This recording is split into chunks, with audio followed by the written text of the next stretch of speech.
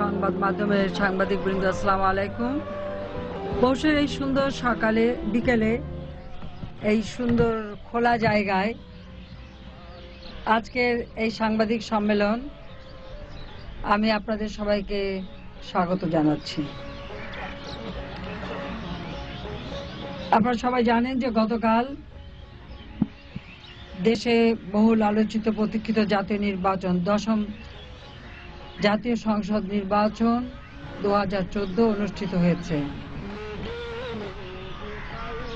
বিরোধী দলের অনাকাঙ্ক্ষিত নির্বাচন বর্জনের সিদ্ধান্ত এবং নির্বাচনকে বানচাল করার জন্য সন্ত্রাস, সহিংসতা, হত্যা, জনগণের জানমাল ও রাষ্ট্র সম্পদের ধ্বংস, অগ্নিসংযোগ, উস্কানি, ত্রাস সৃষ্টি, বোমাবাজির মধ্য দিয়ে সকল অপপ্রয়াস প্রত্যাখ্যান করে জনগণ স্বতঃস্ফূর্তভাবে নির্বাচনে অংশগ্রহণ করায় আমি ব্যক্তিগতভাবে সরকারের পক্ষ থেকে, আমার দল বাংলাদেশ আওয়ামী লীগের পক্ষ থেকে, আমাদের জোটের পক্ষ থেকে এবং জনগণের পক্ষ থেকে আমি দেশবাসীকে, সকল ভোটার এবং সকলকে আমি আন্তরিক অভিনন্দন জানাচ্ছি।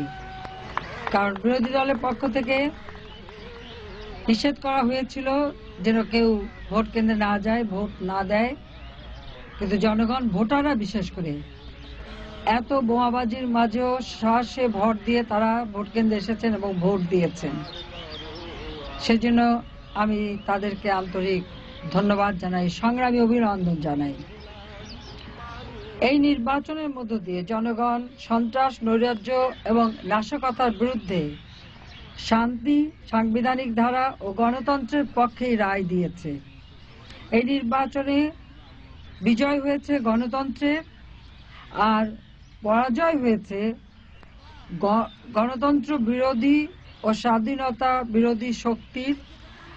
আমি সর্বশক্তিমান আল্লাহ রাব্বুল আলামিনের কাছে শুকরিয়া আদায় করছি যে তিনি আমাদের দেশকে অশুভ শক্তির হাত থেকে রক্ষা করেছেন, জনগণকে রক্ষা করেছেন।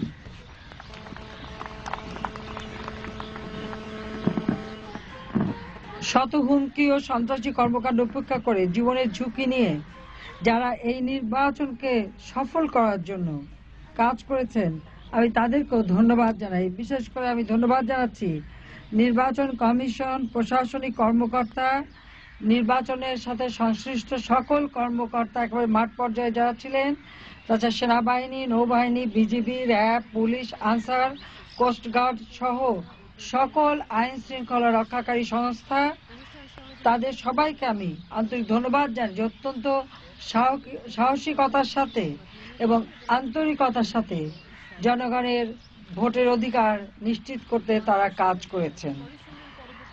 বাংলাদেশ আওয়ামী লীগ, জাতীয় পার্টি, জাসদ, ওয়ার্কার্স পার্টি, তরিকত ফেডারেশন, বিএনএফ এবং জাতীয় পার্টি মঞ্জু ব্র্যাকেটে এবং 14 দল সহ বিভিন্ন রাজনৈতিক দলের নেতাকর্মী ও স্বতন্ত্র প্রার্থীরা সন্ত্রাস ও সহিংসতা মোকাবেলা করে নির্বাচন বানচালের সকল চক্রান্ত ও ষড়যন্ত্র প্রতিহত করতে দেশপ্রেমিক হিসেবে যে ভূমিকা রেখেছেন সেজন্য আমি তাদের আন্তরিক ধন্যবাদ জানাই।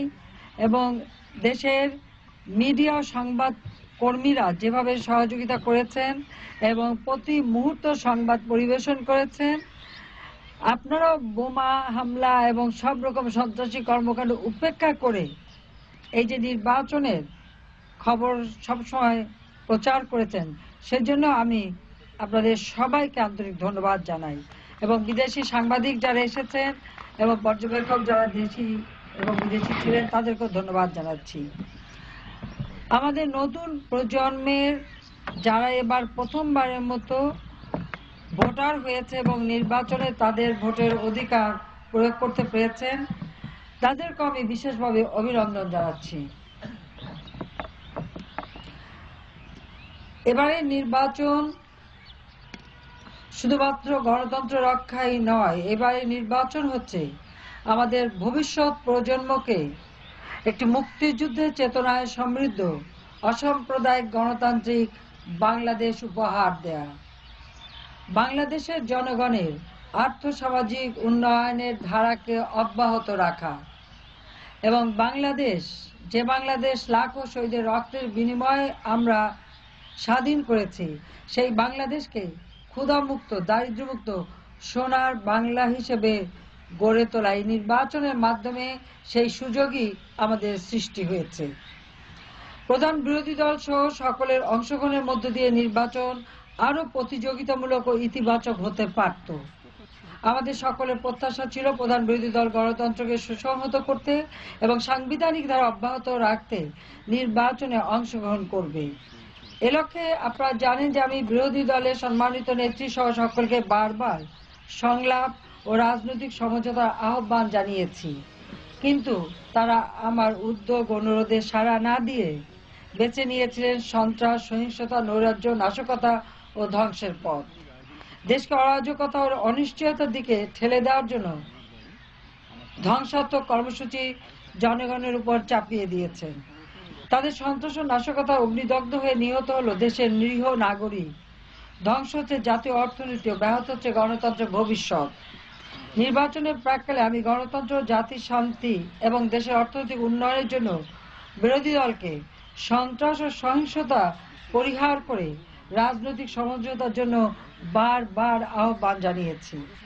আজও নির্বাচনের পর আমি চাই কোনো রাজনৈতিক প্রতিহিংসা নয়, সন্ত্রাস ও সহিংসতার পরিবর্তে শান্তি, নৈরাজ্য, অনিশ্চয়তার পরিবর্তে গণতান্ত্রিক স্থিতিশীলতা, ধ্বংস, নাশকতার পরিবর্তে অর্থনৈতিক উন্নয়নের ধারাবাহিকতা। আমি বিরোধী দলের সম্মানিত নেত্রী সহ সকলকে আমার আহ্বান জানাই, সন্ত্রাস ও সহিংসতা পরিহার করে যুদ্ধাপরাধী ও জঙ্গিবাদী জামাতের সঙ্গ ত্যাগ করে শান্তিপূর্ণ আলোচনায় আসুন। আগামী নির্বাচন সম্পর্কে আলোচনা করেই আমরা সমাধান করতে পারব। সেজন্য সকলকে ধৈর্য ধরতে হবে, সহনশীল হতে হবে এবং সকল প্রকার রাজনৈতিক সহিংসতা বন্ধ করতে হবে। দেশের মানুষ শান্তি চায়, উন্নয়ন চায়, গণতন্ত্রের অগ্রযাত্রা অব্যাহত থাক, সেটাই মানুষের কাম্য। নিরীহ নাগরিকদের রক্তে আজ গণতন্ত্র রক্তাক্ত। সহিংস রাজনৈতিক কর্মসূচির শিকার বার্ন ইউনিটের অগ্নিদগ্ধ মানুষের আর্তনাদ জাতির বিবেককে আজ দংশন করছে। জাতি আজ এর অবসান চায়।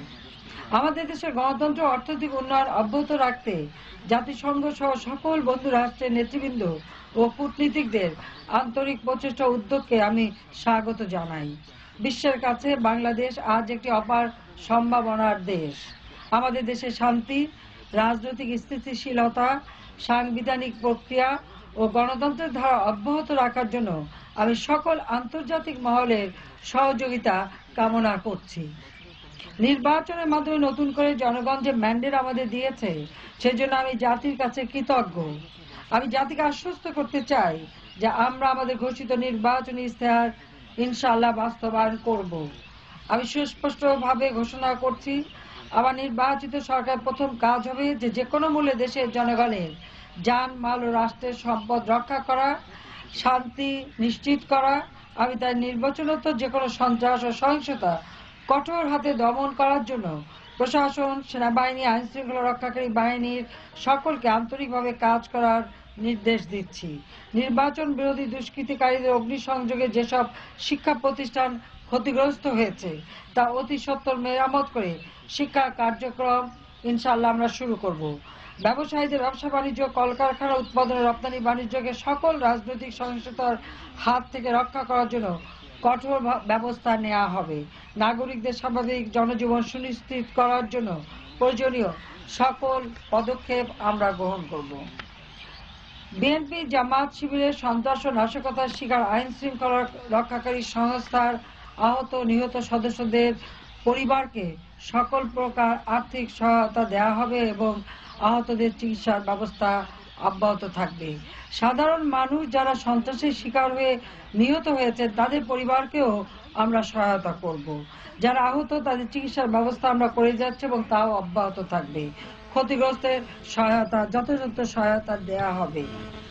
জঙ্গিবাদ ও সন্ত্রাসবাদের বিরুদ্ধে জিরো টলারেন্স ব্যবস্থা অব্যাহত রাখা হবে। স্বাধীনতা বিরোধী, মানবতা বিরোধী অপরাধে অভিযুক্তদের বিরুদ্ধে বিচার কাজ অব্যাহত থাকবে এবং বিচারের রায়ও কার্যকর করা হবে। সাম্প্রদায়িক গোষ্ঠীকে কঠোরভাবে প্রতিহত করা হবে। আমাদের সরকারের 2009 থেকে 2013 পর্যন্ত সকল ক্ষেত্রে অর্জনকে দেশ ও জাতির কল্যাণে অব্যাহত রাখা হবে।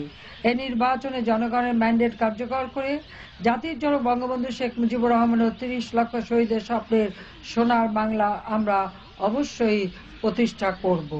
জনগণ আমাদের পাশে আছে, থাকবে, এ বিশ্বাস আমার আছে। মহান আল্লাহ আমাদের সহায় হন। খোদা হাফেজ। জয় বাংলা, জয় বঙ্গবন্ধু। বাংলাদেশ চিরজীবী হোক। আমি জানি সবার মনে অনেক প্রশ্ন, খুব ছোট্ট করে প্রশ্ন করলে চা ঠান্ডা হবে না।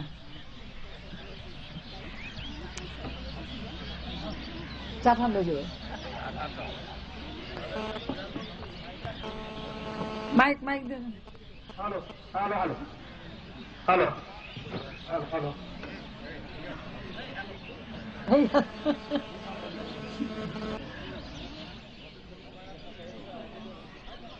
আসলে হঠাৎ করে মনে হলো একটু বাগানে করি, একটু বিকেলটা সুন্দর, তো সেই আয়োজনটা করতে একটু সমস্যা হয়ে গেছে। পক্ষ থেকে আপনাকে বিজয়ের জন্য শুভেচ্ছা জানাচ্ছি। আপনি স্লোগান দিয়েছেন এগিয়ে যাচ্ছে বাংলাদেশ। আপনার এই যে এগিয়ে যাওয়ার জন্য, সমৃদ্ধির লক্ষ্যে পৌঁছার জন্য এবং যৌক্তিক লক্ষ্যে পৌঁছার জন্য দেশে দরকার নিরবচ্ছিন্ন রাজনৈতিক স্থিতিশীলতা। কিন্তু আমরা দেখছি আজও এই মুহূর্তে নাগিনীরা দিকে দিকে ফেলিতেছে নিঃশ্বাস, ধ্বংস, হত্যা, অগ্নিসংযোগ। এই অবস্থায় আপনি কিভাবে আপনার সেই অভিষ্ট লক্ষ্যে পৌঁছার জন্য দেশে রাজনৈতিক স্থিতিশীলতা প্রতিষ্ঠা করবেন? আরেকটি ছোট্ট প্রশ্ন, নতুন করে সরকার গঠন করে তার পক্ষ থেকে আপনি বিরোধী দলকে কি আহ্বান জানাতে চান, এটা আমাদের বলবেন। ধন্যবাদ। আমার উত্তর অবশ্য আপনি অনেকটা দিয়ে দিয়েছেন। বাংলাদেশ এগিয়ে যাচ্ছে। আপনার মনে আছে 2001 থেকে 2006 যখন বিএনপি জামাত জোট ক্ষমতায় ছিল, এদেশ সন্ত্রাস জঙ্গিবাদের দেশ ছিল, দুর্নীতির চ্যাম্পিয়ন ছিল। কিন্তু আমরা সরকার গঠন করার পর আজকে বাংলাদেশ একটা সম্ভাবনাময় দেশ, উন্নয়নের রোল মডেল। বাংলাদেশ এগিয়ে যাচ্ছে, ইনশাল্লাহ এগিয়ে যাবে। জনগণ ভোট দিয়েছে, নির্বাচিত হয়েছি। অবশ্যই আর্থসামাজিক উন্নয়নের যে কর্মসূচি আমরা বাস্তবায়ন করে যাচ্ছি, সেগুলি আমরা বাস্তবায়ন সম্পন্ন করব। এবং বাংলাদেশকে আগামীতে, আপনারা জানেন যে গত নির্বাচনে আমরা ঘোষণা দিয়েছিলাম 2021 সালের মধ্যে বাংলাদেশ হবে মধ্যম আয়ের দেশ। আর এবারে নির্বাচনী ইশতেহারে আমরা ঘোষণা দিয়েছি 2041 সালের মধ্যে বাংলাদেশ হবে বিশ্বের উন্নত দেশ। ইনশাআল্লাহ বাংলাদেশ এই উন্নত দেশ হিসেবে গড়ে উঠবে এবং আমরা কাজ করে যাব। রাজনৈতিক হিংসা, হানাহানি, কাটাকাটি এগুলি সত্ত্বেও তো আমাদের অর্থনৈতিক উন্নয়ন কখনো বাধাগ্রস্ত তারা করতে পারেনি। কাজে আমরা এই প্রতিকূল অবস্থার মধ্যে দিয়ে এগিয়ে যাচ্ছি, এগিয়ে যাব। উজানের নাও ঠেলে যাওয়া, এটাই তো আমাদের কাজ, আমরা সেটাই করে যাচ্ছি। প্রধানমন্ত্রী, আমি আনোয়ার হক আরটিভিতে কাজ করি। আপনি এখানে বলেছেন আগামী নির্বাচন সম্পর্কে আপনি আলোচনা করে সমাধান বের করতে চান। সমাধানটা নতুন করে আরেকবার দিলেন নির্বাচনী পরবর্তী সংবাদ সম্মেলনে। আমি জানতে চাচ্ছি সুনির্দিষ্টভাবে, তাহলে আপনি কি একটি মধ্যবর্তী নির্বাচন খুব শিগগির আয়োজনের কথা বলছেন? এবং এক্ষেত্রে কোন আনুষ্ঠানিক চিঠি কিংবা আবারও ফোন কল অথবা আনুষ্ঠানিক কোন বৈঠক, যে সুনির্দিষ্ট উত্তর জানতে চাই। ধন্যবাদ। আবারও আমি বলেছি আগামী নির্বাচন, আগামী যখনই আসবে নির্বাচন হবে। আর আলোচনার উদ্যোগ তো আমি বারবার নিয়েছি, আমি নিজে টেলিফোন করেছি। তারপর বিএনপির নেত্রী সেটা মানেন নাই। এখন ওনার অবস্থাটা কি দাঁড়ালো? উনি তো একুল ওকুল দকুল হারিয়ে বসে আছেন।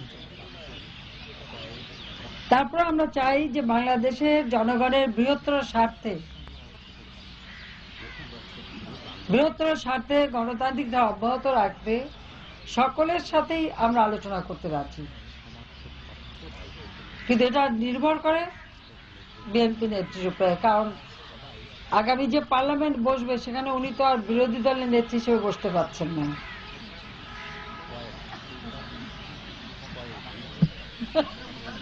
মাননীয় প্রধানমন্ত্রী,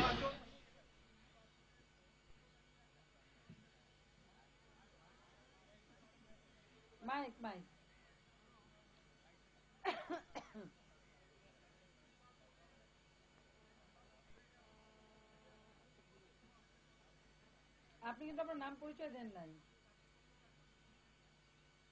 বিবিসির গলা অনেক উঁচা, মাইক লাগবে না।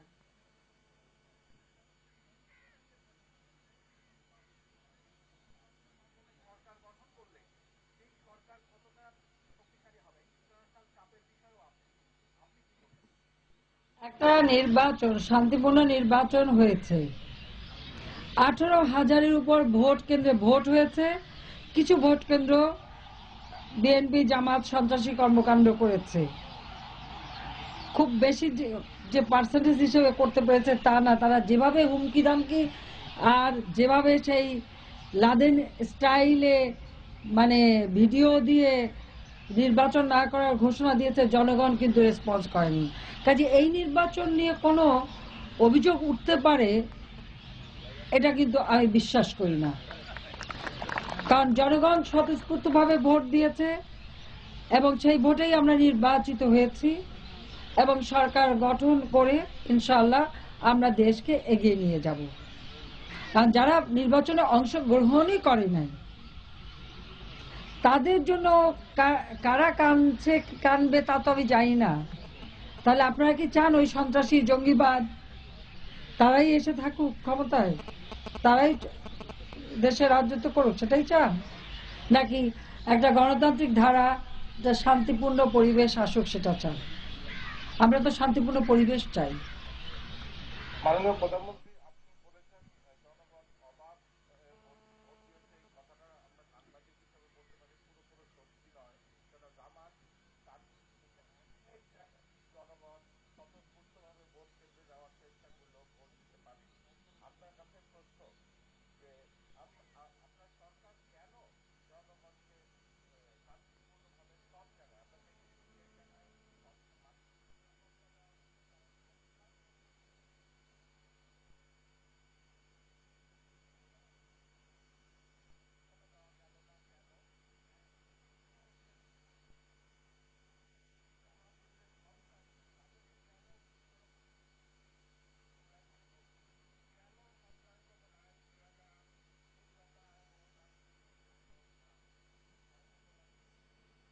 প্রথমত হলো, আপনারা জানেন যে এই জামাত শিবির এবং বিএনপি তারা তো পুরো নির্বাচনটাই বানচাল করতে চেয়েছিল।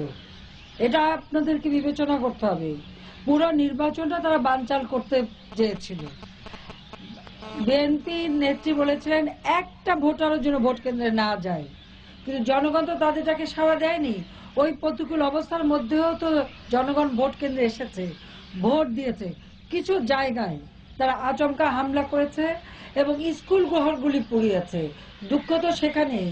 আমরা বিনা পয়সায় বই দিই, এই হরতাল অবরোধ সবকিছু থাকা সত্ত্বেও আপনারা দেখেছেন যে প্রায় 31 কোটির মতো বই আমরা ছাপিয়েছি। কারণ এবার আমরা প্রাক প্রাথমিক শিক্ষার্থীদের বই দেব। আমরা প্রায় 30 কোটি বই ইতিমধ্যে 1 জানুয়ারি বিলি করেছি। 2 তারিখে বইয়ের উৎসব হয়েছে। এই প্রতিকূল অবস্থায় আমরা কিন্তু এই বই বিতরণ করেছি। আমরা বই দিই আর বিএনপি জামাত স্কুল পড়ায়, এটাই তো তাদের কাজ।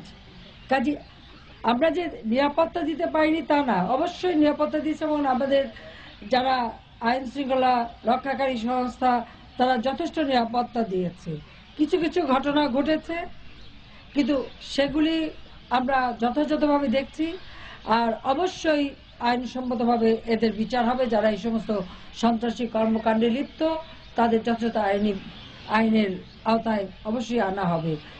যারা জনগণের জানমাল নিয়ে খেলবে, যারা মানুষকে হত্যা করবে তাদেরকে ছাড়া হবে না, মোটেই আমরা ছাড়বো না এবং তাদের বিরুদ্ধে কঠোর ব্যবস্থা, আরো কঠোর ব্যবস্থা আমরা ইনশাল্লাহ নেব।